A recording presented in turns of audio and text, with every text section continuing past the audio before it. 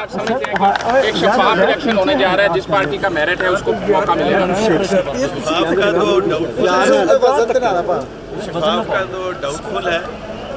इंशाल्लाह दुआ करें, अल्लाह खैर रखे, और हम तो कोशिश करेंगे कि शफाफ हो, लेकिन नीतें शफाफ लोगों ने। परवेज साहब, आपकी गिनती पूरी है? आपके पास नंबर पूरे हैं? अगर नंबर पूरे ना होते तो ये जो हो रहा है इतने दिनों से, क्या फिर आपका क्या ख्याल है, कैसे होता? सर, किसकी नीयत खराब है, जरा उसका नाम ले दें। वो आपको नजर आ जाएगा। नाम तो लेना सर। डेप्टी स्पीकर की नीयत खराब है सर।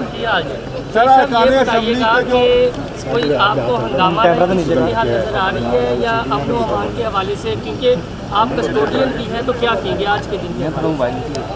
आज के दिन मैं कस्टोडियन नहीं हूँ, डिप्टी स्पीकर है, आप उम्मीदवार हैं। हाँ, मैं उम्मीदवार हूँ, इसलिए मैं नहीं हूँ।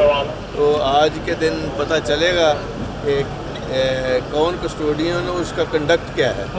शाही साहब, आपको लगता है डिप्टी स्पीकर शफाफ इलेक्शन 22 हैं, गैर जानबदार है डिप्टी स्पीकर? ये आज वक्त साबित करेगा और उसका अमल साबित करेगा कि वो ईमानदार है या किसी और सोच और नीयत से बैठा हुआ है। जो हालात और वाक़यात हैं इर्द गिर्द, वो तो नेक नीति वाले नहीं हैं। जय साहब, आप समझते हैं कि जो भी आज नतायज आएंगे, अगर वो मेरिट के बरक्स आते हैं, तो आप और आपके इत्तेहादी उन नतायज को तस्लीम करेंगे? यार, अगर बेइंसाफ़ी के नतायज होते हैं, अगर वो यूँ ही ऐलान कर देते हैं बगैर किसी वजह के, तो उसको कौन मानेगा? सर ये बता दें आज हंगामा राई का भी खतरा है।